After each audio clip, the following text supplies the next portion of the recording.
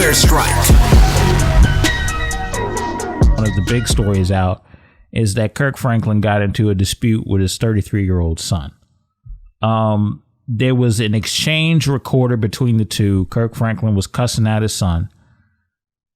And long story short, his son decides to post it on Instagram.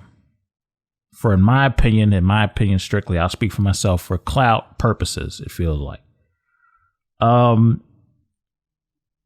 This is very, very messy, and I think messy is an understatement. I'm going to just start off with my thoughts, and Neil, I'm going to let you take it up after. When I first heard about the news with his son, I understand that there's stuff that happens with family and you may not always agree. But, like, I don't care who you're in dispute with. I'm not putting you on blast in social media. Call me old school. If I have a problem with you, we can talk in person. We can settle it directly, or I got to just make a life-changing decision directly, like right there. I'm not going to go on social media and make you look bad, put your whole business on blast. That stuff stays up there and people don't forget. And it could be damaging to both parties in the long run. So in my personal opinion, I'm not doing that. For him to post his own pops cussing and fussing and stuff like that, that wasn't the right move, in my personal opinion, for him to do.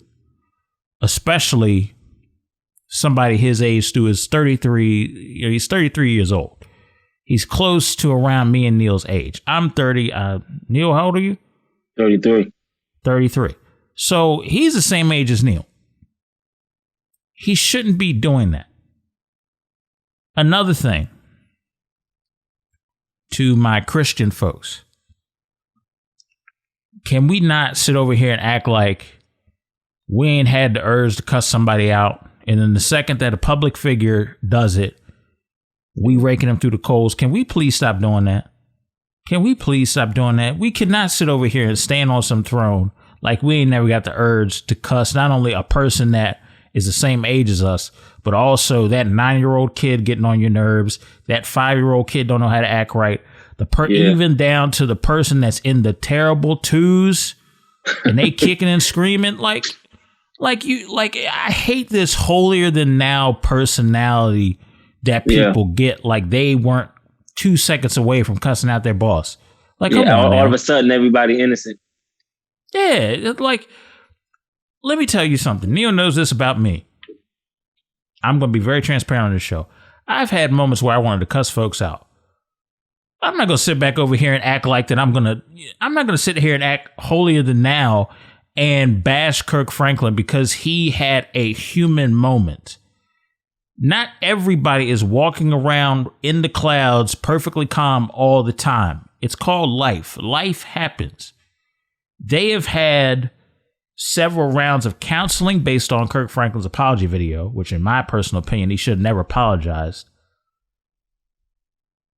They've had several amounts of counseling. They've had several talks. Mm-hmm. And nothing seems to be going right. So now put yourself, for those of you who don't have kids or they're about to have some, put yourself in a parent situation that you have a child that you cannot really connect with. You're at odds with. That's your flesh and blood that you're at odds with. For years, counseling is not working. You telling me you're going to be calm the second he or she decides to get smart? And you've been at this with this person for years? To the point he's a 33-year-old grown man?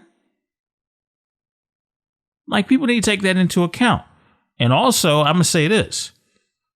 He shouldn't have apologized. The only reason why he's apologizing, and I don't know that man's heart, but I think part of it is it's the pressures that comes with being a public figure and a famous person. Mm-hmm. That, and especially in this climate, you got to apologize for every little doggone thing. You can't even have a human moment, which is crazy to me. Neil, what's your thoughts? I mean, it's crazy because first of all, you know what's crazy? I didn't even hear the argument. I didn't see it, but I saw him apologizing. So I knew what it was about. I saw enough to know what was going on, because he was apologizing for some actions that took an argument that took place that was posted on social media, and that was enough for me to know that something went down, and it's now exposed. Like people, got wind of it or whatever. So I didn't even. Still to this day, I don't know what the argument, was. I didn't see it, but immediately when I saw the apology, and then I saw people talking about it, and me and my brother, we had some discussions about it. I immediately went to the moment in the Bible where Jesus said, "He who without sin, let him cast the first stone." Because I felt like, and I feel like oftentimes we, as Christians, we dismiss that passage of scripture in the Bible where Jesus said that. I think we dismiss it when we're not in the hot seat and we're not sitting on the other end of that table where the finger is pointed at us. And so when I saw him apologizing, and the crazy part about it too is I didn't even watch all of the apology. I think I was getting up Sunday morning about to get ready to go to church or something like that, and I saw a glimpse of it, and I saw enough right there to know that this man obviously had a human moment that he obviously regret, and he's trying to make right. I don't personally think that he should have apologized. I don't think that he owed us anything. I don't think that he should have apologized, but I respect it because I understood the reasoning behind why he apologized. I understand that the image he has and have had over the years, he has been such an iconic artist, gospel artist in the industry. And I can go as far as saying, even crossing over to work with secular artists, he, the impact he's made in the public figure that he's become. I think he apologized based off of those things, the people he inspired, the people that he empowered to do what they're doing, and the people he gave hope to, right? The people that he ministered to. I think those are the reasons why he said, "Let me come down and have a humbling moment and apologize." So for that, I commend him for those reasons. But in terms of him apologizing as if he owed us something, I disagree. I disagree with that reasoning for apologizing. And so, in other words, people who think that he should have apologized for that reason, they're in over their heads, in my personal opinion. But going to his son, just talking a little bit about his son. His son is 33 years old. Nobody knows the trauma that his son had to deal with over the years. His son I believe, said it was trauma. And nobody knows that, but him and Kirk, his dad. And so I'm not going to speak on that in a way in which I don't know. I don't know that perspective. But what I am going to say is that I think he knew better. I think he knew better not to do what he did. I think he knew what he was doing. I think that he thought about it, and I think that he acted on it. And the reason I say that is because, for me, I believe that is more evident that he knew, because it takes time to pick up my phone, go to camera, say, I'm going to record it. I was going to record this conversation so I can put it on social media so the world can see that you're not whoever you say you are, whatever the case may be. That's time thought. I'm thinking about that. That's not just, that's not you making me mad and you getting next to me, you put the finger in my face and then I snap and then I hit you. You know what I mean? That's calculated. Yeah. Right. But to say, I'm going to put it on social media, you got to pick up your phone, go to your camera, hit record, and boom. And then you're recording. So for me personally, I think that yes, he may have dealt with some trauma, and I'm not dismissing that at all. I think that um, you know, it's unfortunate for him to have have to go through that, and hopefully they get it situated, get it right. But I would say that, with all the stuff that my dad has taken me through, and and I just from my personal experience, I don't know that I'll ever out my dad like that. And I know we all deal with things differently, but I can speak for Neil.